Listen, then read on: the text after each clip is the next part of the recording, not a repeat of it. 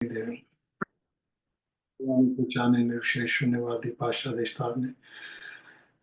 जय श्री कृष्ण चैतन्य प्रभु नित्यानंद श्री अद्वैत गदाधर श्री वासुदेव गौर भक्तवृंद। हरे कृष्ण कृष्ण कृष्ण हरे हरे, हरे राम राम राम हरे हरे। नारायण नमस्कृत नरं चैव नरोत्तमं देवीं सरस्वती व्यासं ततो जयमुदीरयेत्। वाञ्छाकल्पतरुभ्यश्च सिन्धुभ्यश्च पतितानां पावनेभ्यो वैष्णवेभ्यो नमो नमः। तप्त कांचन गौरांगी राधे वृंदावनेश्वरी विश्वानुसुत देवी प्रणमामि हरिप्रिय। नमो ब्रह्मदेवाय गो ब्रह्मदज्जता कृष्ण वृंदाय नमः।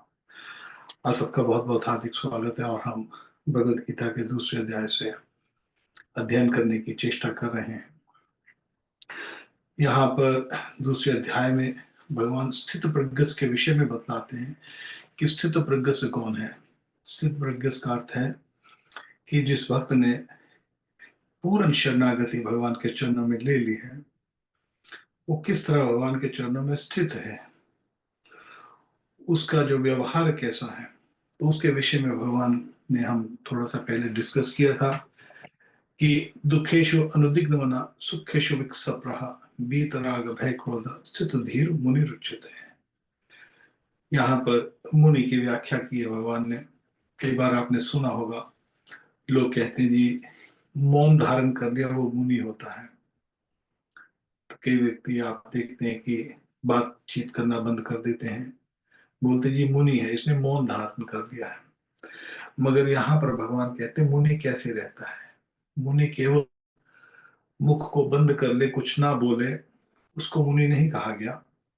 यहाँ पर भगवान कह रहे हैं दुखेशु अनुदिग्ध मना। मुनि वो है कि जो दुखों में विचलित नहीं होता। सुखेशु विक्षप्रहा, जो सुख आने पर बहुत ज्यादा हर्षित नहीं होता।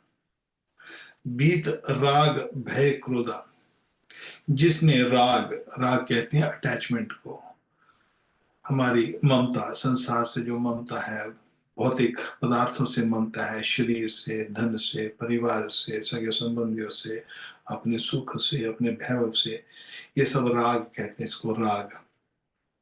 वैरागी कहते हैं जो जिसके पास राग ना हो। तो यहाँ पर भगवान ने कहा था बीत राग।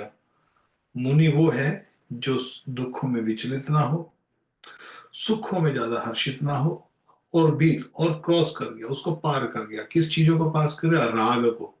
संसार, जो संसारिक वस्तु से राग है, उसको पार कर गया वो। और क्या, किस चीज को पार कर गया? भय को। भय, हम 24 घंटे भय में रहते हैं। कोई ना कोई भय हमको पकड़ा रहता है बचपन से, शुरू से। कभी टीचर का भय, कभी किसी दोस्त मित्र का भय, कभी माँ बाप का भय, और जैसे जैसे चलते हैं अपने बिजनेस संबंधी भय, काम के प्रति भय, हमारे जो भविष्य उसके प्रति भय, कोई ना कोई भय हमारे को लगा रहता है। तो यहां पर भगवान कह रहे हैं बीत राग भय क्रोध। और क्रोध भी हमको आता है, हम इन चीजों में फंसे हुए हैं। तो भगवान कहते हैं जो स्थित मुनि, जो मुनि स्थित है, किस चीज पे स्थित है? इनके जिसने विजय पाली है वो स्थित प्रज्ञ से है। मेरा भक्त जिसने इन चीजों पर विजय पाली, दुख से, सुख से, राग से, भय से और क्रोध से, स्थित धीर मुनि रुच्यते। फिर आगे भगवान का यह सर्वत्र अनस्नेह स्नेह शून्य, हमारा स्नेह होता है, हमारी ममता होती है, स्नेह शून्य, संसार से शुभ अशुभ, शुभ और अशुभ में हम द्वंद्व में फंसे हुए हैं। हम चाहते हैं किसी तरह जो भी घड़ी आए वो शुभ ही आए, कोई अशुभ चाहता नहीं, परंतु होता है। ये संसार का नियम है, भौतिक संसार है, दुखालय शाश्वतम। तो भगवान अपने ना विनंदंती ना देष्टि तस्य प्रज्ञा प्रतिष्ठा, और हम प्रशंसा कोई हमारी करता है तो हम बहुत खुश हो जाते हैं, और हमारी कोई निंदा करता है तो हम उसे द्वेष करते हैं। मगर जिसने भगवान की पूर्ण शरणागति ले ली है, कृष्ण की पूर्ण शरणागति ले ली है, जो स्थित प्रज्ञ से है, वो इन चीजों पर विजय पा जाता है। आगे भगवान गीता के अंदर कहते हैं कि यथा संहृते चाय मुकुन्ना अंगानी सर्वशः। वो क्या करता है, वो जैसे वो, अभी आप बोलेंगे वो कैसे, हम तो फंसे हुए हैं इस संसार की इन चीजों में, और जो स्थित प्रज्ञ से है, जो पूर्ण शरणागति भक्त है, जो पूर्ण शरणागत है कृष्ण के, जो ऐसा वैष्णव है, तो वो कैसे रहता है, वो किस तरह कंट्रोल करता है अपनी इंद्रियों को। वो कहते हैं यथा संहरत अयम, जिस तरह कुरमा, कुरमा कहते हैं कछुए को, कछुए के ऊपर कोई आप देखते हैं कि कोई संकट आ जाए, तो उसको पता है कोई जानवर आ गया, शेर आ गया, भालू आ गया, कोई हाथी आ गया, या कोई भी अटैक करने के लिए आ गया, तो तुरंत वो जो क्या करता है, अपने अंगों को समेट लेता है और अपनी वो जो उसकी बनी होती है ना, खाल बनी होती है, उसके अंदर छुप जाता है। वो कुर्मा अंगानी सर्वशा, सब अंगों को लेकर वो उसमें अंदर चला जाता है। तो यहाँ पर भगवान कृष्ण अर्जुन को कहते हैं, हे अर्जुन, मेरा जो भक्त है वो इस तरह रहता है, जिसने मेरी प्राप्ति कर ली है, जो स्थित प्रज्ञ से है। मुनि का अर्थ ये नहीं होता कि जो मौन रखे, मुनि का अर्थ है कि संसार बातों से मौन रख ले और 24 घंटे कृष्ण का नाम राधे श्याम राधे श्याम राधे श्याम राधे श्याम राधे श्याम ये नाम रटता रहे। उसका अर्थ ये नहीं है कि भगवान का नाम भी बंद कर दे। मुनि के लोग करते हैं, मायावादी लोग ऐसा करते हैं, मगर ना, और कोई विषय नहीं, केवल और केवल भरना भगवान की शरणागति। मगर हम देखते हैं कि हम संसारी लोग फंसे पड़े हैं। जो मुनि है, जो स्थित प्रज्ञ है, उसने तो विजय पाली, राग पर भी पाली, बीत राग भय क्रोधा, क्रोध पर भी पाली, भय पर भी पाली। हम फंसे हुए हैं। उसके विषय में भगवान एक बात कहते हैं। भगवान कहते हैं गीता में, आगे जब चलेंगे गीता में, मामे वांश जीव लोके जीव भूत स्नातना मन षष्टानि इंद्रियानि प्रस्थानि कृष्ण। ये जीव मेरा अंश है, परंतु मेरे को भूल कर, और वो सनातन है, आनंदमय है, मगर वो भूल कर वो क्या कर रहा है, मन शिष्टानी, मन के साथ, इंद्रियों के साथ घोर संघर्ष कर रहा है। मन शिष्टानी इंद्रियानी सानी कृष्टि कृष्टि, बहुत घोर संघर्ष करता है। हम देखते हैं हम घोर संघर्ष कर रहे हैं, 24 घंटे घोर संघर्ष करते हैं। किसी का कुछ नहीं, थोड़ा सा मल मूत्र भी रुक जाए तो उसको संघर्ष करना पड़ जाता है। किसी को लूज मोशन लग जाए तो समस्या पड़ जाती है, और कॉन्स्टिपेशन हो जाए तो समस्या पड़ जाती है। और वो तो अलग बात है, मगर हमारी जो इंद्रियां हैं हमको पल पल पल पल कष्ट दे रही हैं। भूख लगती है, तुरंत इंद्रियों को तृप्त करना पड़ता है। प्यास लगती है, इंद्रियों को तृप्त करना पड़ता है। नींद आती है, इंद्रियों को तृप्त करना पड़ता है। तो इंद्रियों में, हम इस इंद्रियों के जो सुख दुख में फंसे पड़े हैं, आपको ये समझना पड़ेगा हमको पहले इंद्रियां है क्या। इंद्रियां जो हैं वो 5 कर्म इंद्रियां, 5 ज्ञान इंद्रियां, और 5 इंद्रियों के विषय, और उसके संग मन। कर्म इंद्रियां क्या है, हाथ, पैर, लिंग, गुदा और वाणी, ये कर्म इंद्रियां हैं।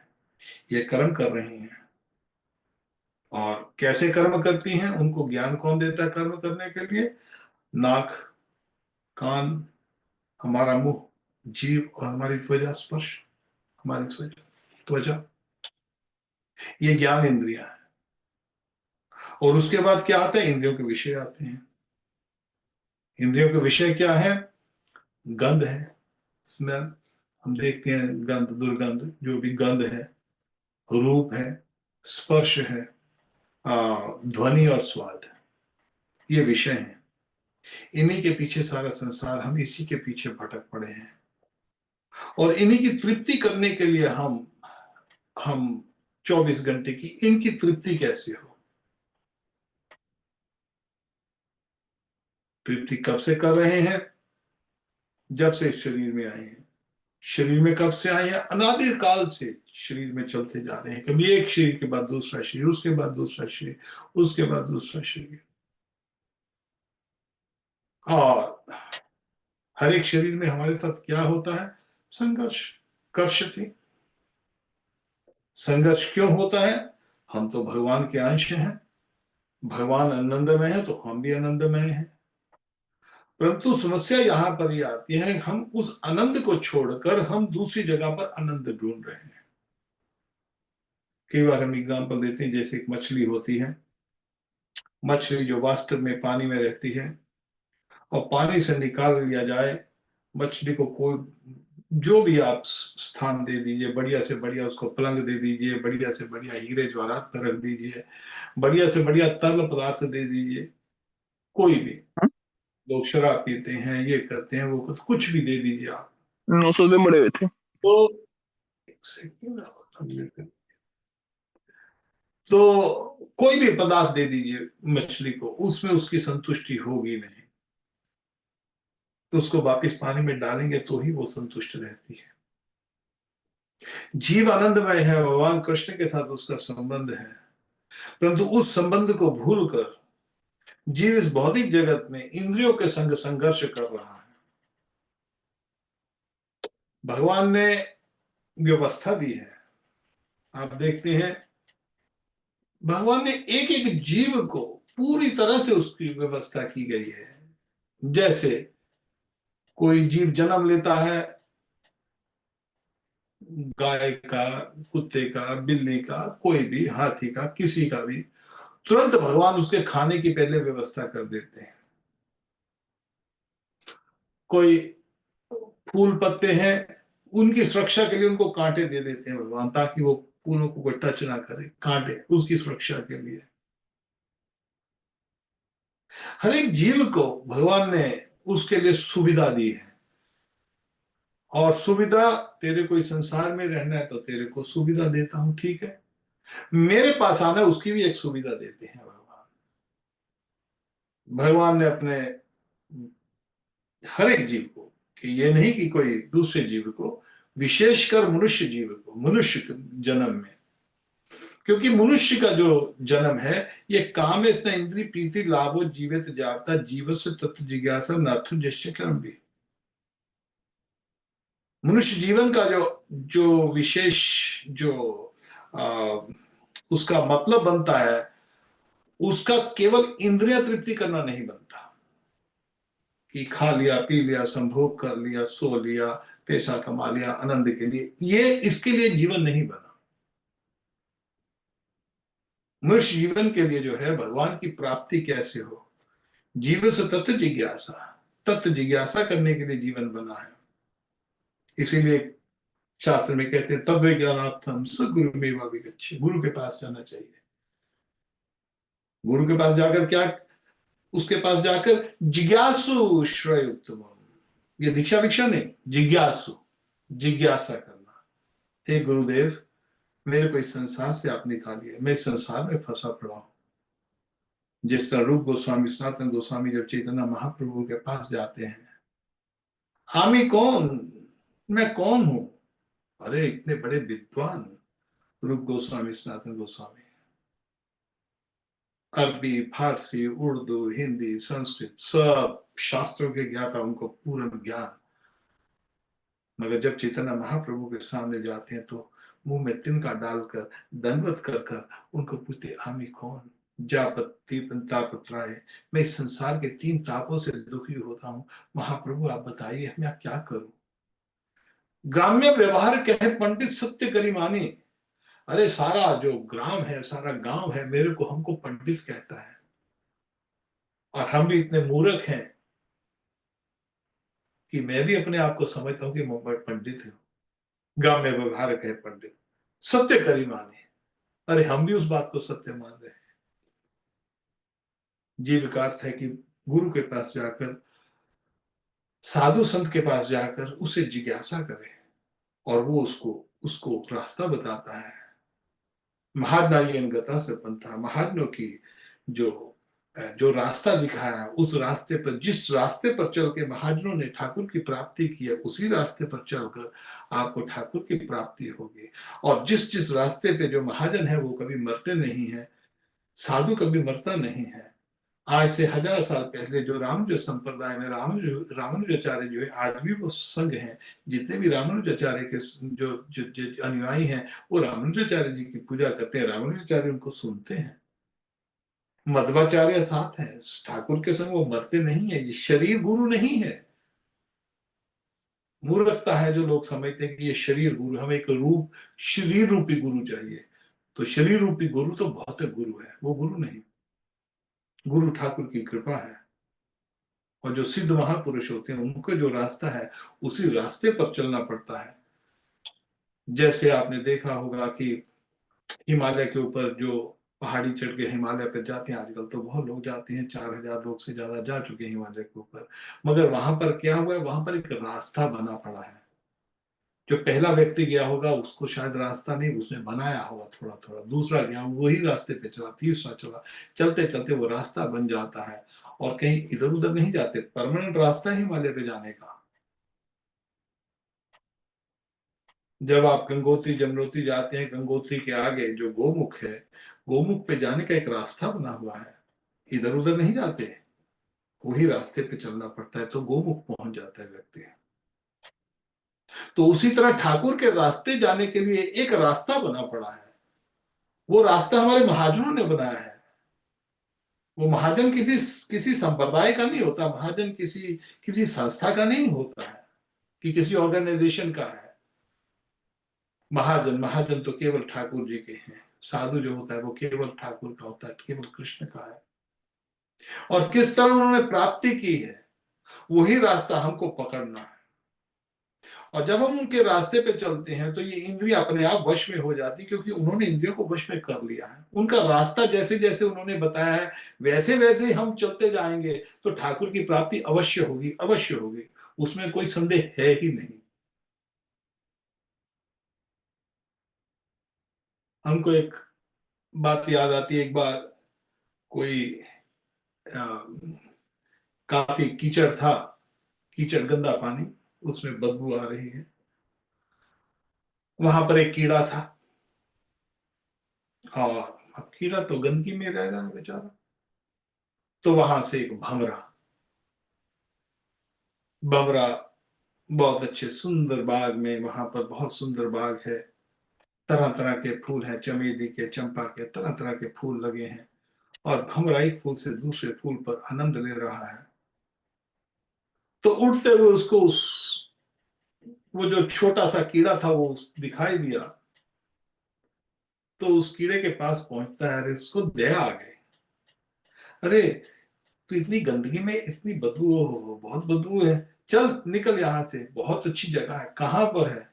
अरे ठाकुर जी का बाग है एक, वहां पर ठाकुर जी के फूल लगते हैं, मैं ही वहीं रहता हूँ और ठाकुर का नाम लेता रहता हूँ, राधे श्याम राधे श्याम राधे श्याम। अच्छा दिखा। तो वो जो कीड़ा था, छोटा सा कीड़ा, भंवरे की पीठ पर बैठ गया, बोलता मेरी पीठ में बैठ जा। भंवरे ने उसको पीठ पर बिठाया और ठाकुर जी के बगीचे में आ गया। और जब बगीचे में आया तो उस कीड़े ने देखा, अरे वहां इतनी सुंदरता, वहां पर इतनी सुगंध। तो उसने उस कीड़े को एक फूल के ऊपर उतार दिया और खुद वहां पर ठाकुर के बाग में उड़ रहा है और ठाकुर के गुणगान कर रहा है। तो तुरंत वहां पर माली आता है, पुजारी आता है और फूल चुग रहा है ठाकुर के लिए। उसने फूल फूल चुगे उन ठाकुर के फूलों को ले जाकर उस, वो कीड़ा वही एक फूल में फंस गया, पत्तियों में। जाकर उसने वो सारे फूल है ठाकुर के चरणों में अर्पित कर दिए। अब वो मल का, बाहर का, गंदगी का कीड़ा और उस फूल में छुप गया, उसमें भंवरे के कारण। तो वहां पर सुगंध आ रही है, ठाकुर की आरती पूजा हो रही है, वहां पर खूब भगवान का गुणगान चल रहा है, घंटे छेने छेने सब बज रहे हैं। और इतना आनंदित हुआ सारा दिन। शाम को ठाकुर को सुलाने के लिए उस पुजारी ने उन सब फूलों को समेटा और जमुना जी में प्रवाह किया। और जमुना जी में स्वच्छ जमुना, वहां पर साधु संतों की जमुना, वहां पर भी ठाकुर की पूजा चल रही है, यमुना जी की आरती चल रही है। और ठाकुर उस यमुना जी में वो आनंदित हुआ, तो उसको क्या कहाँ से मिली, ये सब आनंद कहाँ से मिला? केवल भंवरे की पीठ पर बैठकर। और इसी तरह जो साधु है उस भंवरे की तरह है, जो स्थित प्रज्ञ से साधु है, जिन्होंने पूर्ण शरणागति ले ली है कृष्ण की। बीतराग भय क्रोध स्थित धीर मुनि रुचते। ऐसे मुनि, ऐसे साधु, ऐसे भक्त, जो साधु वैष्णव, जो राग और भय और क्रोध को जिन्होंने लांग दिया है जीवन में से, और केवल 24 आवर केवल कृष्ण की जो स्मरण में रहते हैं, जब उनकी पीठ पर कोई हमारे जैसा गंदा व्यक्ति उनका आश्रय ले लेता है, उनके चरण कमलों में बैठ जाता है, भमरे की पीठ जैसे, भमरे की पीठ, तो वो साधु अपने को अर्पित कर देते हैं ठाकुर के चरणों में। इसको गुरु कहते हैं। आजकल तो गुरु अपनी सेवा ले ली, धन वन ले लिया, बात खत्म। तू कौन, मैं कौन, ऐसे गुरु नहीं। जो जीव का उद्धार कर दे, जीव को ठाकुर तक पहुंचाना पड़ता है गुरु। आजकल तो गुरु बोलते हैं मेरे को मंत्री दक्षिणा देता जा, बस स्टैंडिंग ऑर्डर लगा दे मेरे नाम के ऊपर, तू आ के ना, तू कहां पर जा, वो छोड़, और जब मैं तेरे को बुलाऊंगा तब बोलू, नहीं तो मत बुलाओ। ऐसे गुरु नहीं, ये ढोंगी गुरु है। भंवरे की तरह गुरु, जिसने पूर्ण शरणागति कृष्ण की प्राप्त कर ली है, जब उनके हम चरणों में बैठते हैं तो हमको ठाकुर की प्राप्ति हो जाती है। उन्होंने प्राप्ति कर ली है ठाकुर की। जिस साधुओं ने प्राप्ति कर ली है, जब उनका मार्गानुगमन, उनके मार्ग के ऊपर हम चलते हैं, तो इवेंचुअली पहुंच ही जाते हैं, क्योंकि और इधर उधर भटकना नहीं है।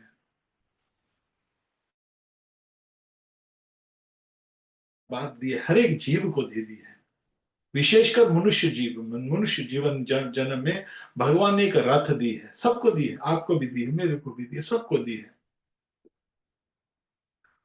उस रथ पर बैठकर जा सकते हैं। वो रथ दी है, भगवान ने दी ही इसीलिए है रथ। जैसे को गाड़ी देता है ना किसी को, भाई ये ले गाड़ी, ले ले, आजा गाड़ी के ऊपर बैठकर। भगवान ने एक रथ दी है। कई बार आपने देखा होगा, कोई व्यक्ति मरता है, बोलते जी उसको मरते हुए ठाकुर जी की रथ दिखाई दी। रथ पे विष्णु दूत आए लेने के लिए। रथ, भगवान ने रथ दी है। रथ क्या है? ये हमारा शरीर, मनुष्य शरीर। अब रथ है तो रथ के घोड़े भी होने चाहिए। रथ है तो रथ के घोड़ों के ऊपर लगाम भी होनी चाहिए। रथ है तो रथ का ड्राइवर भी होना चाहिए। रथ है तो रथ का पैसेंजर भी होना चाहिए। तो वो सब कुछ इसी के अंदर है। वो कैसे? ये जो शरीर है ये रथ रूपी है, ये रथ है। और रथ के अंदर कौन बैठा है? इसका जो जो पैसेंजर कौन है? पैसेंजर है आत्मा। इस रथ में एक ही व्यक्ति बैठता है, दो व्यक्ति नहीं बिठाते। वो एरोप्लेन में जाते हैं ना, तो 500-600 आदमी लोग बिठा के लेके जाते हैं। ट्रेन में जाते हैं तो हजारों आदमी बैठ के जाते हैं। बस में जाते थे, कितने लोग बैठ कर जाते हैं। अब बस ड्राइवर कहाँ लेके जाए वो उसके ऊपर है। प्लेन में इतने लोग बैठे, कहाँ पायलट लेके जाए उसके ऊपर है। मगर यहां पर इस रथ में एक ही पैसेंजर है, एक ही रथ है। और ये रथ आपके ऊपर है, कैसे जाना है, कहां पर जाना है, रथ को लेके जाना है कि नहीं लेके जाना। जैसे मैं आपको एक रथ दे दूं, रथ में घोड़े भी दे दिए गए, बढ़िया सी पीछे सीट भी लगी पड़ी, उसमें आराम से बैठ जाइए। अब रथ भी आपको ही चलाना है। अब आपके ऊपर, आपको चलाओ कि ना चलाओ। भगवान ने ये मनुष्य रथ दी है। मनुष्य जो ये जो मनुष्य शरीर है, ये एक रथ है। रथ में जो इंद्रियां हैं हमारी, 5 कर्म इंद्रियां, 5 ज्ञान इंद्रियां, 5 इंद्रिया के विषय, ये जो इंद्रियां हैं ये घोड़े हैं। और घोड़े हैं तो लगाम होनी चाहिए। लगाम है मन। और घोड़े चलाने वाला कौन है? ड्राइवर कौन है? वो है बुद्धि, विवेक। और पैसेंजर है आत्मा। अब जो स्थित प्रज्ञ से व्यक्ति है, यथो ये पंक्ति पुष्य विविष्टा इंद्रिया प्रवासी हरण से मन, हम लोग तो इसमें भटक जाते हैं इनमें, क्योंकि इंद्रियां जो है रथ बनी है, इंद्रियां दी, घोड़े दिए भगवान ने लक्ष्य पर पहुंचने के लिए। ले बेटा, ये तू इसमें बैठ जा, ये रथ दे दिया तेरे को। अब इंद्रियां जो दे दी है तेरे को, ये जो पांच कर्म इंद्रियां, पांच ज्ञान इंद्रियां, पांच इंद्रियों के विषय, इनको लगाम दे दी मन। इनको लगाम से पकड़ ले, और पकड़ते जाए। रास्ता जो महाजनों ने रास्ता बना, उसको पकड़ के उस तरफ चला। हर एक महाजन ने इस रथ को कंट्रोल किया है, तभी पहुंचे ठाकुर के पास। उस रथ को कंट्रोल कर लो, घोड़ों को कंट्रोल, घोड़ों को चलाना है तो खींचना पड़ेगा, घोड़ों की लगाम 24 घंटे। ये नहीं है कि आप घोड़ा चला रहे हो और आपका ध्यान उधर है और लगाम इधर चल रही है, तो उससे काम नहीं चलेगा। या आपका जो घोड़ा है, एक घोड़ा खुला पड़ा है, एक घोड़ा घास खा रहा है, एक घोड़ा पानी पी रहा है, एक घोड़ा थोड़ा सा हिन हिना रहा है, एक घोड़ा घूम रहा है। अरे घोड़े बैठे हैं और घोड़े अपना अपना काम कर रहे हैं, तो आपका रथ कैसे चलेगा भाई? रथ नहीं चलेगा। तो रथ कहां जाएगा? यहीं पर रहेगा। किसी स्वामी ने रथ दिया हो नौकर को, बेटा ये ले रथ, रथ में बैठ कर आ जा मेरे पास। अब रथ आप चला ही नहीं रहे हो, रथ को बोलते हो घोड़ा। एक घोड़ा खा रहा है, एक घोड़ा पानी पी रहा है, एक घोड़ा ये कर रहा है, एक को भो भो कर रहा है, रथ तो खड़ा रहेगा ना वहां पर।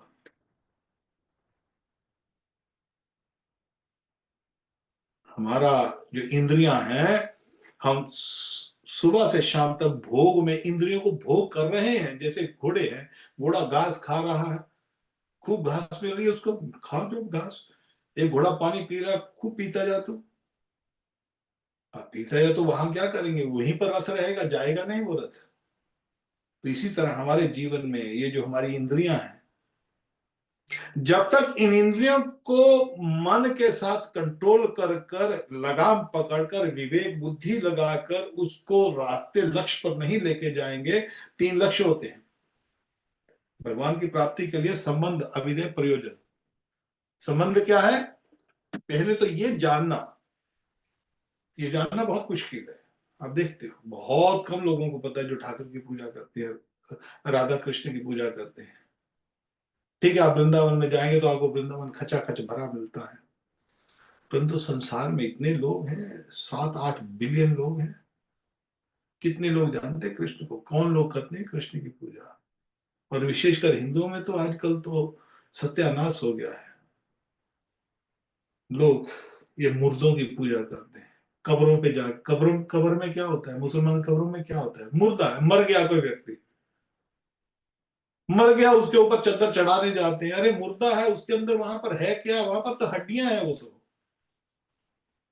और हड्डियों को पूछ रहे हैं कि मेरी इच्छा पूरी कर दे, मेरी ये इच्छा पूरी कर दे, मेरी वो इच्छा पूरी कर दे।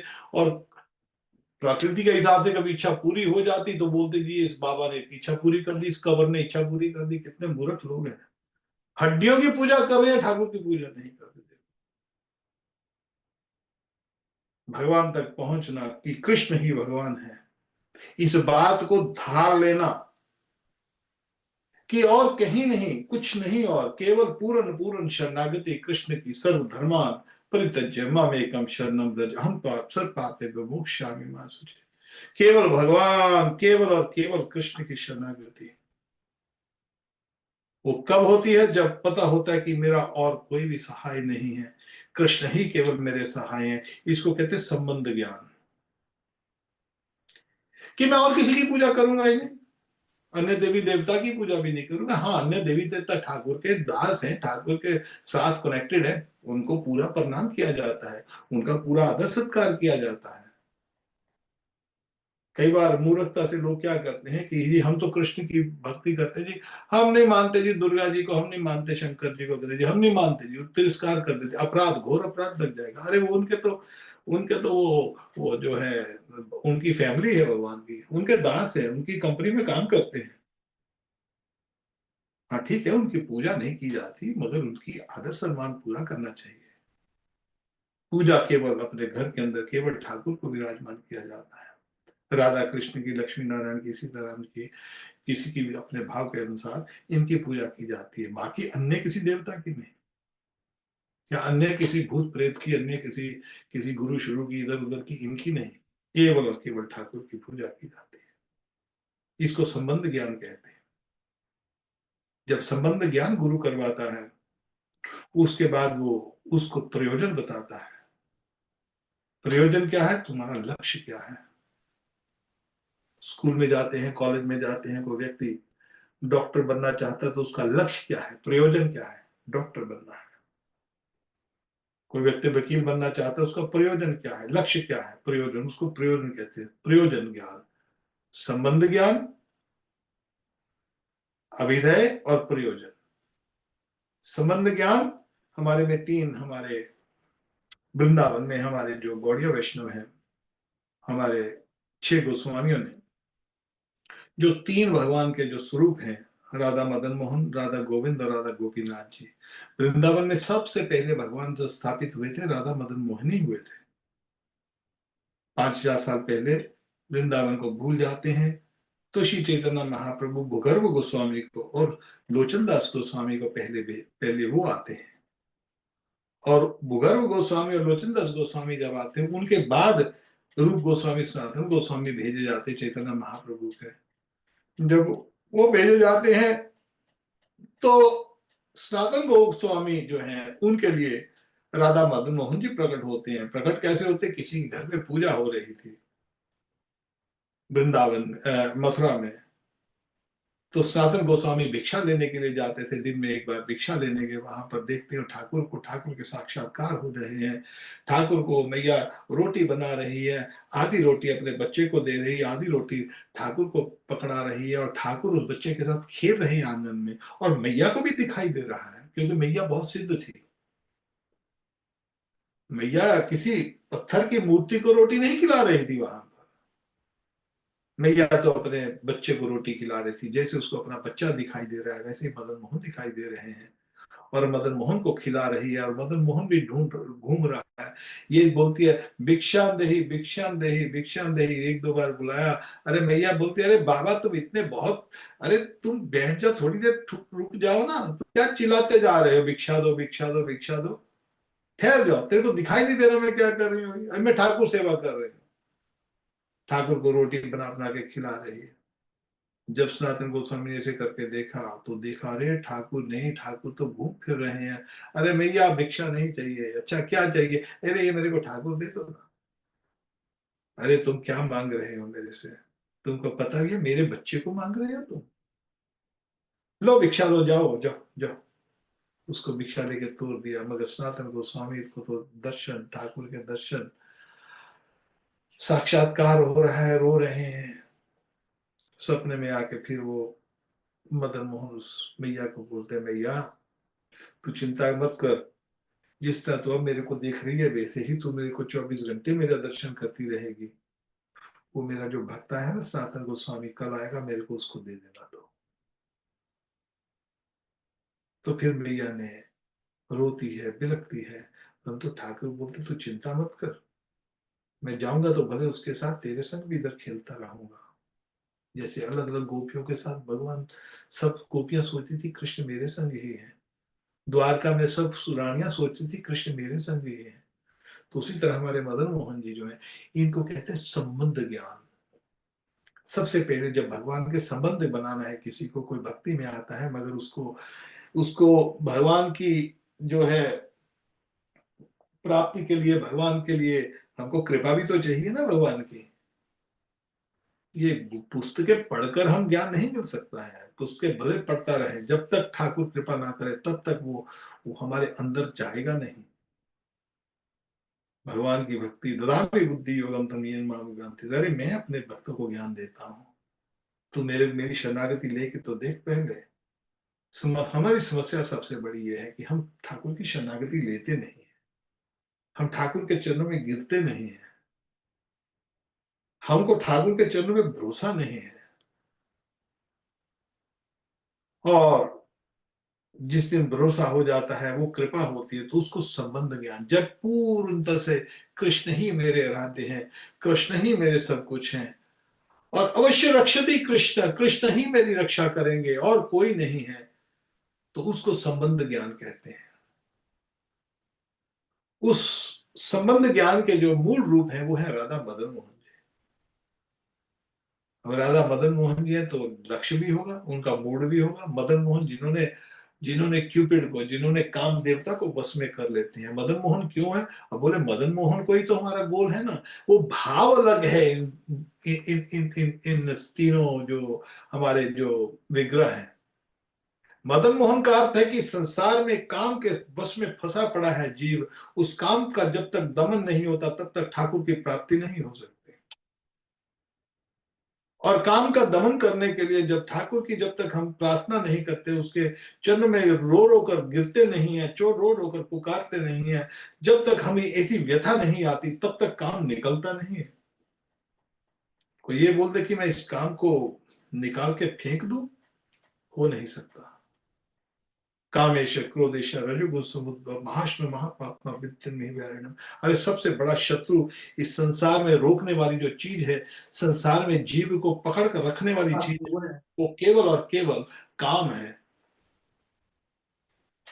और उस काम को दमन करने के लिए बड़े बड़े यत तो ही कौनते, यत तो ही अपनी कौनते, हे कुंती पुत्र, अरे बड़े बड़े पुरुष विपश्यतः, अरे बड़े बड़े देवता, बड़े बड़े देवता, बड़े बड़े ऋषि मुनि, वो इस काम के वश में इसको भले वो कंट्रोल करते हैं, परंतु इंद्रिया परमार्थान, इंद्रिया इतनी, काम वासना इतनी प्रबल है, हरंती प्रवत्स मनः, अरे बड़े बड़े ऋषि मुनियों का तपस्या भंग हो जाती है। तो उसको वश करने के लिए किसकी प्रार्थना करेंगे? मदन मोहन, राधा मदन मोहन करौली में भी विराजमान है। जब आप परिक्रमा के ऊपर जाते हो वृंदावन में, तो सबसे पहला मंदिर जो वृंदावन में बना वो सनातन गोस्वामी के लिए मदन मोहन। अब मदन मोहन तो काम की वासना को तो कर देंगे, संसार से भी छुड़ा देंगे, आगे भगवान प्रभु आपका आगे का रूप ही तो चाहिए हमको। कौन सा ऐसा रूप, कौन सी ऐसी लीला जिसमें हम जाएंगे? हमारा लक्ष्य क्या है? काम को काटना हमारा लक्ष्य नहीं है, काम वासना को, इंद्रियों को करना हमारा लक्ष्य नहीं है। इनको कंट्रोल कर कर आगे जो लक्ष्य है, जिसके लिए हमको घोड़े दिए गए, इंद्रियां दी गई हैं, वो लक्ष्य है जो राधा गोपीनाथ, गोपी जन वल्लभ, गोपियों के संग कृष्ण कैसे रहते हैं वो रूप में हमको उसमें जाना है। चैतन्य महाप्रभु की जो भक्ति है ये सबसे उच्च भक्ति है।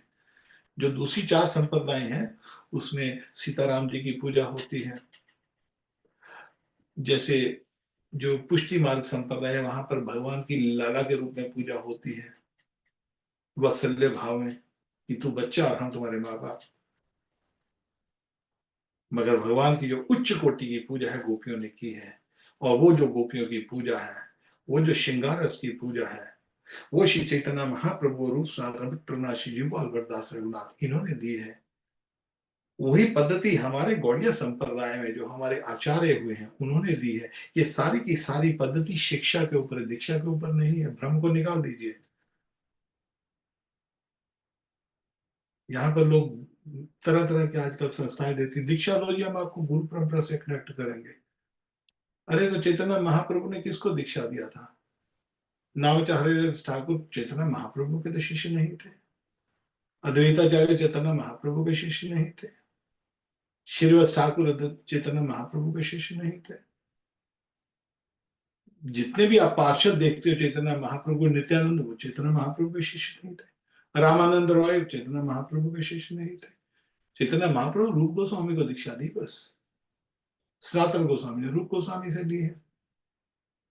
शिक्षा के ऊपर हमारी टोटल की टोटल पद्धति आप देखोगे, हमारी ब्रांच देखोगे गौड़िया वैष्णव की, शिक्षा के ऊपर, शिक्षा के ऊपर शरणागति, साधु की गुरु की शरणागति लेकर राधा गोपीजन, जो गोपीजन बल्लभ राधा गोपीनाथ। अब राधा गोपीनाथ हमारा लक्ष्य हुए, संबंध ज्ञान हमारे राधा मदन मोहन जी हैं। अब बीच में भी तो कुछ करना पड़ेगा ना हमको, उसके लिए राधा गोविंद जी की पूजा की जाती है, क्रिया के लिए। जो भक्ति है, जो क्रिया है, उसके लिए जो राधा गोविंद जी की पूजा की जाती है।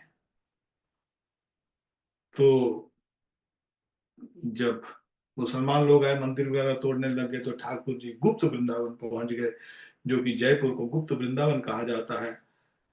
राधा मदन मोहन जी और राधा गोविंद जी जब गुप्त गुप्त वृंदावन में जा रहे थे तो गोविंद जी को बस ले गए, अरे मुसलमान आ जाएंगे मंदिर, ठाकुर को कोई कोई चोट ना पहुंचाए, तो ठाकुर जी को उठा के लेके जा रहे हैं, साथ में तुलसी मैया जा रही है, तुलसी मैया की विग्रह है। तो जब कामयाबन पहुंचे बॉर्डर के ऊपर, तो उसी समय तुलसी मैया ने आके उनको बोला, अरे भाई ये तो ठाकुर है, जहां भी जाएंगे तो वृंदावन बसा लेंगे, मगर मैं तो ब्रज की रानी हूँ, मैं तो यहाँ की वृंदावन की रानी हूँ, मेरे को वृंदावन से मत लेके जाओ। तो ओरिजिनल जो वृंदावन की जो जो डेटी है वो कामयाबन में है। जब आप काम्य वन में जाइए, जो 12 वनों में हमारे जो वन है, मांदिर वन, खादिर वन, बाहुल वन, आ, बेर वन, तो ये सब 12 वन है हमारे। तो काम्य वन में वृंदा देवी वहां पर है। और हमारे ये तीनों जो हमारे जो विग्रह है, राधा मदन मोहन जी, और जो राधा मदन मोहन जी क्रोली में है, राधा गोपीनाथ जी और राधा गोविंद जी जयपुर में है। परंतु आप बोले हम नहीं जा सकते, तो कोई बात नहीं, वृंदावन के अंदर राधा रमण जी के दर्शन कर लीजिए। तो ये सारी तीनों विग्रह, संबंध, अविदय और संबंध ज्ञान, अविदय ज्ञान और प्रयोजन ज्ञान, तीनों राधा मदन मोहन, राधा गोविंद और राधा गोपीनाथ जी, तीनों राधा रमण जी में पूरा विराजमान है। राधा रमन जी की पूजा करें तो आपको तीनों के तीनों जो है, जो हमारे जो विग्रह हैं उनकी पूजा हो जाती है। भगवान ने, अब यहाँ पर हम बात कर रहे थे हमको अपने रथ की, हम रथ पे वापिस आते हैं। इंद्रियां, ये जो हमारी इंद्रियां हैं, इस रथ को, जो जैसे आप देखिए कोई घोड़ा दे, आपको घोड़े दे, और घोड़े का काम है कि आपको उसको, उसके ऊपर आप उसको चलाकर, हाँक कर आप उसको, एक से आप उसको हाँक कर ले जाइए, मगर बाकी के जो जानवर है अपना खाए पिए, उनका क्या, आपसे क्या लेना देना, संसार से क्या कर रहे हैं, कहाँ पर कौन जानवर क्या खा रहा है, कौन जानवर कैसे रह रहा है, कौन पक्षी कैसे रह रहा है, कौन सा वृक्ष है कौन सा नहीं। हमको तो रास्ते पे निकल के जाना है, हमको तो अपनी गाड़ी चला के निकलना है। जब हमारी गाड़ी कहीं जाती है तो देखते हैं रास्ते में तरह तरह के शहर आते हैं, तरह तरह के सीनरी आती है, मगर हमको उसको लेना देना नहीं, तो बस ऐसा देखा और निकल गए, ऐसा देखा। कई बार गाड़ी में बैठे आप देखते हो ना, गाड़ी में बैठे देख रहे हैं, सीनियाँ चल रही हैं, कभी कोई शहर आ गया, कभी कोई शहर आ गया, मगर कोई लेना देना नहीं उस शहर से, क्योंकि वहां पर रुकना नहीं उस शहर में। हमारा गंतव्य, हमारी जो लक्ष्य है, वो हमारा वो अकेला लक्ष्य है। इसी तरह ये जो हमारा रथ है, हमारा शरीर है, ये इंद्रियां हमको भोग के लिए नहीं मिली, जानवरों को भोग के लिए मिली है, देवताओं को भी भोग के लिए मिली है, जो नरक में रहते हैं उनको भी भोग के लिए मिली है। जैसे स्वर्ग में जो देवता रहते हैं वो कर्म अर्जित नहीं करते। किसी को स्वर्ग की प्राप्ति होती है जब भी, वो कर्म अर्जित नहीं करता, उसको सुख मिला है, लो लो बेटा तुमको 10,000 साल के लिए सुख मिलेगा, वहां पर जाओ। और स्वर्ग में क्या होता है, स्वर्ग में जो शरीर दिया जाता है वो बूढ़ा नहीं होता, वह बीमारी नहीं होती उधर। तो क्या होता है, केवल भोग, केवल और केवल भोग। और वहां पर फिर कैसे पता लग जाता है कि बूढ़ा शरीर खराब नहीं होता, बाल सफेद नहीं होते, जैसा रूप दिया जाता वैसा ही रूप रहता है। और उस रूप, वहां पर एक हार पहनाया जाता है उनको। स्वर्ग में हर एक व्यक्ति एक हार पहनता है। वो हार, जब जो हार है वो ही मुरझाता है, जब वो हार मुरझा जाता है तब उसका पतन हो जाता है, तब उसको वह स्वर्ग छोड़ना पड़ता है। क्षण मृत्युलोकम विशंति, तब उसको वहां से उस स्वर्ग से गिरा दिया जाता है, फिर पुनः यहाँ पर जन्म लेना पड़ता है पृथ्वी में। और जो नरक में जिसने पाप किए, उसको नरक में गया। नरक में वहां पर क्या है कि ऐसा स्थूल शरीर नहीं होता, स्थूल शरीर को काटोगे तो स्थूल शरीर कट जाता है, मगर सूक्ष्म शरीर काटोगे कटता नहीं है। जैसे मन, जैसे आप देखते हैं हमको सपने में सपना आता है रात को, और रात के सपने में कोई हमको भयानक काट रहा है, मगर देखते हैं कटता नहीं है, उसको सूक्ष्म शरीर कहते हैं। तो सूक्ष्म शरीर में, वहां पर उस सूक्ष्म शरीर में,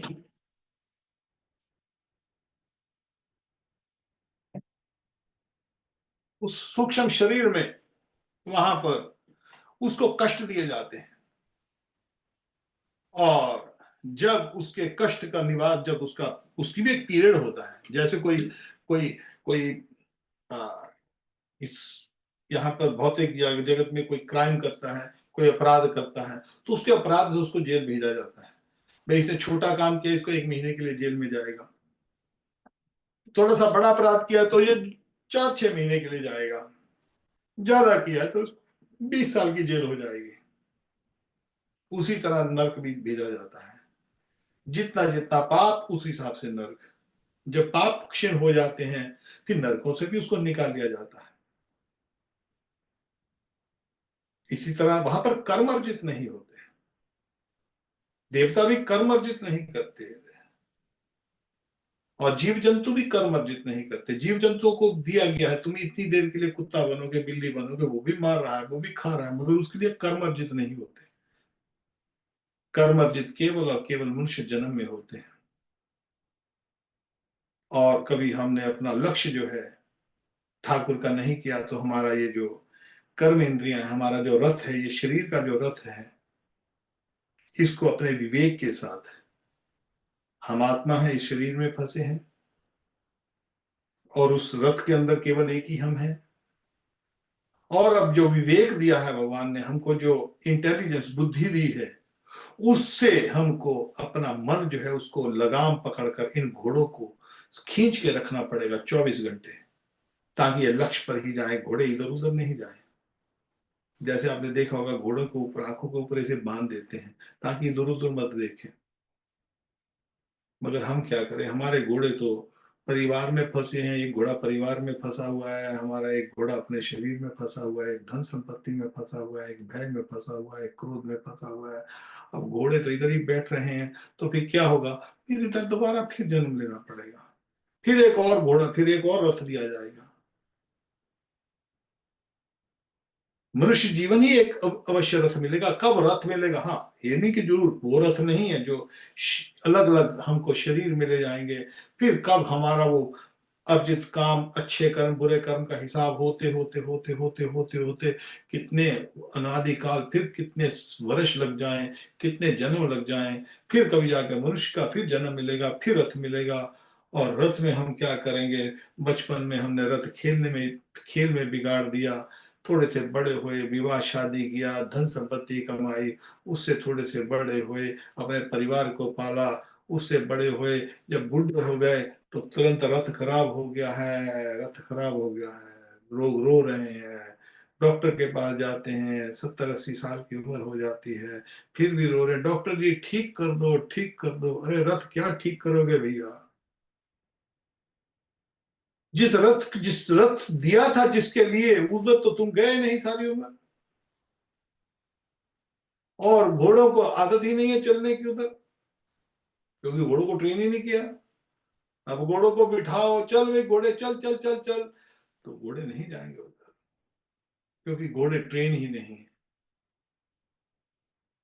घोड़े तंग कर रहे हैं, और हमारा बहुमूल्य जो ये जो रथ मिला है इस जीवन का, वो दोबारा फिर वो टूट जाता है। हमारे घुटनों में प्रॉब्लम, इंद्रियों में प्रॉब्लम, कानों में प्रॉब्लम, पेट में प्रॉब्लम, और फिर भी हम कहते हैं वो रथ को ठीक कर ले, ठीक कर ले। वो राग है, वो ठीक होगा नहीं। रथ तभी तक भागेगा जब नया रथ होता है। गाड़ी नहीं है तो खूब भगा के ले जाओ, जल्दी से भगा के ले जाओ, शायद आगे ट्रैफिक आ जाए, शायद गाड़ी थोड़ी पुरानी हो जाएगी, 1-2 लाख माइल चल जाएगी, फिर गाड़ी थोड़ी सी खटखट खटखट करने लग जाती है, फिर रुकना पड़ेगा उस गाड़ी को ठीक करने के लिए। उस रथ को ठीक करने के लिए टाइम लगेगा, उधर भी टाइम वेस्ट होगा। तो इसलिए गाड़ी को भगाओ। कभी आपकी गाड़ी अच्छी है, स्वस्थ है, गाड़ी को भगा लो। कब आदि व्याधि आ जाए कुछ पता नहीं लगता है। बहुत कष्टदायी संसार है, ये संसार बहुत कष्टदायी है। इसमें सुख भोगना मूर्खता का काम है। तो भगवान की प्राप्ति के लिए यहाँ पर अभी हम आगे जो है ठाकुर जी की जो गीता में आगे ध्याय तो पुष्य संगति उपजाए थे, अगर आगे भगवान क्या कहते हैं उसके विषय में हम अगले सप्ताह बात करेंगे। आ, कितना समय हुआ, नहीं अभी समय है हमारे पास, ओ अभी है समय, हाँ ठीक है। तो ये रथ को जो हमारा जो यहाँ पर हम फिर वापस चलते हैं, ठीक है, मैंने सोचा शायद टाइम ज्यादा हो गया है। तो हमारे ठाकुर जी को ये जो रथ जो मिला है, ये ठाकुर की प्राप्ति के लिए मिला है, और इसको भगाना है अपने जीवन में। बुढ़ापे में भी भगा सकते हो, मगर भागेगा नहीं। जब कष्ट आता है तो बहुत मुश्किल होती है, भगवान की तरफ ध्यान नहीं लगता है। जब भगवान के बारे में सोचते भी हैं हम, बुढ़ापे में जब, या कोई बीमारी में कभी कष्ट आता है, तो वास्तव में हम भगवान के बारे में नहीं सोच रहे हैं। वास्तव में हम अपने उस कष्ट को निवारण करने के बारे में सोचते हैं कि किसी ना किसी तरह ये कष्ट कट जाए। तो हमारा ध्यान अच्छा है, ठीक है, भगवान को पुकार रहे हैं, वो भी अच्छा है। द्रौपदी ने भी पुकारा है, कुंती ने भी पुकारा है, पांडवों ने भी पुकारा है, ठीक है। मगर गोपियों ने कभी नहीं पुकारा। गोपियों की इच्छा, श्री चैतन्य महाप्रभु ने जो हमको भक्ति दी है, गोपियों की भक्ति दी है। गोपियां उच्च कोटि के भक्त, इसीलिए उनको उच्च कोटि के भक्त कहा जाता है। और भगवान की जो प्रेम पूर्वक भक्ति है ठाकुर की, तो ये तभी होती है जब कभी किसी के पास स्वास्थ्य ठीक है, धन की चिंता नहीं है, या रोटी पानी अपना शरीर चल रहा है, तो तुम समझ लो कि ये अनुकूल परिस्थिति है। अनुकूल परिस्थिति में जैसे वातावरण अनुकूल होता है, जैसे हमारी, आप देखो, जो ये जहाज चलाने वाले हैं समुद्र में, तो जब मौसम ठीक होता है, हवा भी अनुकूल है, उस तरफ से चल रही है, तो वो उसको भगा के लेके जाते, बोलते निकल जाओ आगे, मौसम खराब होगा कभी। और कभी जब हवा अलग तरफ से चल रही है और समुद्र में हलचल बहुत है, तो बड़े से बड़े जहाज को, समुद्री जहाज को भी वहां पर लंगर डालना पड़ता है, जिसको जो भी पता नहीं क्या बोलते हैं, जो भी जो वेट डालकर वहां पर खड़ा हो जाना पड़ता है।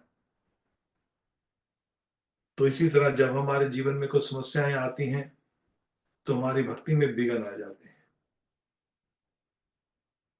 तब भक्ति में थोड़ी सी रुकावट आ जाती है। तो हमको वो रुकावट ना आए, आएगी तो सही, क्योंकि ये संसार है।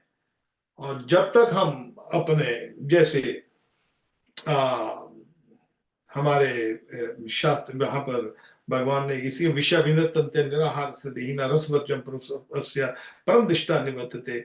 विषयों को हम कंट्रोल तो करते हैं, मगर फिर भी कई बार विषय हमको तंग करते हैं, इंद्रियां तंग करती हैं। मगर इंद्रियां तंग करना बंद कर देंगी, कब बंद कर देंगी? रसवश्चम रसोपस्य परम दिष्टा निवर्तते। जब हमको भगवान की भक्ति में आनंद आने लग जाता है, तो हमको दूसरे रस में आनंद नहीं आता। वो वास्तव में एक और बात है, जब व्यक्ति जवानी में होता है तो उसको अच्छे कपड़े भी अच्छे लगते हैं, अपने आप को दिखाने के लिए, भले लड़का हो या लड़की हो, वो अच्छे अच्छे ब्रांडेड कपड़े पहनकर, ताकि किसी लड़की को प्रभावित करे, या लड़का जो है लड़की को प्रभावित करे, या कुछ नहीं है तो अपने दोस्त मित्रों को, ताकि कुछ प्रेस्टीज के लिए पहना जाता है। तो परंतु एक समय आ जाता है, जब बुढ़ापा आ जाता है, तो प्रेस्टीज खत्म हो जाती है। उस बुढ़ापे में वो पहनता है कि जो उसको कंफर्टेबल हो। वहां पर उसको वो रस खत्म हो जाता है, तो हमारी इंद्रियों का जो भोग है वो भी खत्म हो जाएगा। इंद्रियों का जो भोग है, वो धीरे धीरे इंद्रियां जो हैं वो स्थिर होती जाती हैं। और हमारी इंद्रियां हैं वो उसको उसको भोग सकते नहीं, वो छूट जाएंगी। आज आज नहीं तो कल को छूटेंगी इंद्रियां। हर एक व्यक्ति की छूटी है। विशोचार न विशोचस्तम प्रज्ञावान मास्टर गता सुन नानुशोचंती पंडिता। अरे अर्जुन, तू रो रहा है? अरे किसके लिए रो रहा है? सबको जाना पड़ेगा। जो चले गए हैं, तू पंडितों की तरह बातें कर रहा है, मगर तू पंडित है नहीं।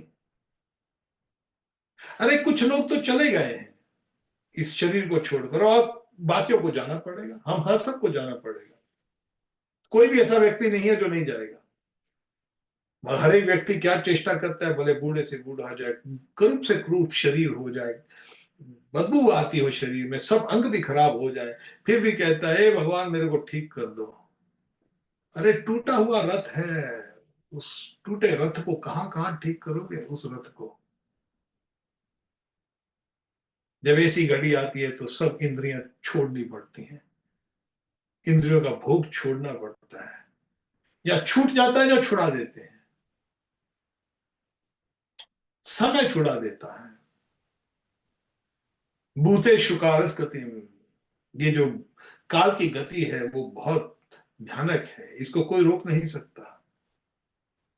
भगवान कृष्ण ने संतावना देते हुए जब सब मर गए तो उसमें युद्ध में, कुरुक्षेत्र के युद्ध में, तो विधवाएं जो बची हुई थी या रिश्तेदार जो बच गए थे उनको सांत्वना दे रहे हैं, मुनिबंधु शुचिर हतपुतान जो मर गए थे, सो मुनि और भगवान उनको सांत्वना दे रहे हैं। ये काल की गति बहुत भयंकर है, इसका कोई तोड़ नहीं है, काल को तोड़ नहीं सकता। समय की, समय समय सब कुछ छुड़ा देता है, सब कुछ छूट रहा है हमारे से, छूटा है हमारे से। हर एक व्यक्ति देख लो आप, कोई भी व्यक्ति है, हमारी परिस्थितियां चेंज हो गई हैं, हमारे जीवन में हमारा काल समय चेंज हो गया, हमारे रिश्तेदार चेंज हो गए, हमारे सगे संबंधी चेंज हो गए, हमारी आवश्यकताएं चेंज हो गई, हमारा शरीर चेंज हो गया, हमारी परिस्थितियां चेंज होती रहती है, 24 घंटे होती जा रही हैं। ये एक दिन में नहीं हुई है।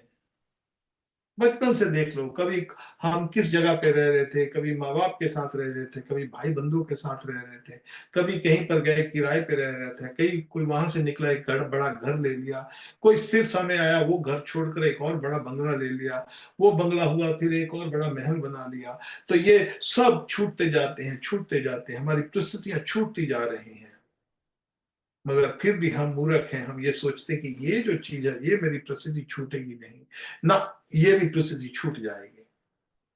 हम जिस भी अवस्था में हैं, भले बहुत अनंतदायी अवस्था में है हम इस जीवन के अंदर, ये छूट जाएगी, ये रहेगी नहीं, क्योंकि कुछ पहले रहा नहीं, आगे रहेगा नहीं। और हर एक व्यक्ति को जाना पड़ेगा, हर एक व्यक्ति जाता है, और हर एक व्यक्ति जा सही ध्रुव मृत्यु, हर एक व्यक्ति की मृत्यु होती है, हर एक व्यक्ति गया है, हर एक व्यक्ति को जाना है। इसलिए जैसा भी है हम यही बताते हैं कि कभी बुढ़ापे में या किसी भी अवस्था में कैसी भी परिस्थिति हो तो केवल एक ही बात मांगो, हे प्रभु आपने मेरे को ये शरीर रूपी रथ दिया मगर मैंने इसका उपयोग नहीं किया, हे प्रभु अब आप मेरे पर कृपा करो ताकि मैं ये जो जीवन का रथ है, ये जो मेरा शरीर रथ है, ये केवल और केवल आपको लक्ष्य बना के आपकी तरफ ही चलता जाए। और ठाकुर जरूर कृपा करेंगे, और ये तभी संभव है जब हम कोई ऐसा साधु, जो ऐसा संत जिसने जिसने ये काम किया हो, केवल वही आपको लेके जा सकता है। 100% जो शुद्ध है केवल वही लेके जा सकता है, और कोई नहीं लेके जा सकता। ये सब कुछ नाम में संभव है, और नाम का आश्रय और साधु उसकी मार्गानुगमन चलते हुए महाज्ञान गता सपन था। तो हमारी ये जो इंद्रियां हैं जो अभी जो हमको तंग कर रही हैं, जब हम भगवान आगे फिर अब आगे जो हमारा जो विषय आएगा, भगवान फिर बताते हैं कि तानी सर्वाणी संयम में युक्त असीत मत रहा, कि मुझ में स्थित होकर ये अपनी इंद्रियों को कंट्रोल कैसे करेंगे। तुम सारी इंद्रियों को मेरे में स्थित कर दे, बस कंट्रोल मैं कर लूंगा, स्थित हो जाए अपने आप। सर्वाणी सर्वाणी संयम, सब इंद्रियों को मेरी मेरी सेवा में लगा दे, मेरी भक्ति में लगा दे। कान है केवल कृष्ण का सुने, जीव है केवल कृष्ण का प्रसाद खाए, नाक है केवल भगवान कृष्ण के जो फूल हैं हर रोज हम पूजा करते हैं। और जब भी आप घर पे पूजा करिए, फूल अर्पित होने से कभी बगैर पूजा मत कीजिए, पहले सबसे पहले भगवान का आसन साफ कीजिए, भगवान को तुलसी पत्तर फूल जल अर्पित कीजिए, फिर आरती कीजिए। तो इसी तरह हमको भी भगवान को अपने अपने आप को समर्पित करना है ठाकुर को। तो उसके लिए हम अपना स्वच्छ करना पड़ेगा, हमको अपना मन स्वच्छ करना पड़ेगा, अपनी इंद्रियां स्वच्छ करनी पड़ेगी, और भगवान को समर्पित होकर, कैसे भी भगवान कहते हैं ये इंद्रियां तंग कैसे करती, ध्याय तो कोई संगतेषु जायते संगा समझाते काम काम क्रोध भी जाते। उसके विषय में हम अगले बुधवार चर्चा करेंगे। और बाकी हमारा जो शनिवार को जो प्रोग्राम होगा वो हमारे जो प्रश्न उत्तर हैं, प्रेक्षित प्रश्न पूछ रहे हैं और शुभदेव गोस्वामी को, उनके विषय में हम चर्चा करेंगे। किसी भक्त का कोई प्रश्न हो तो मैं ले सकता हूँ, कोई तुरंत किसी भक्त का कोई प्रश्न हो।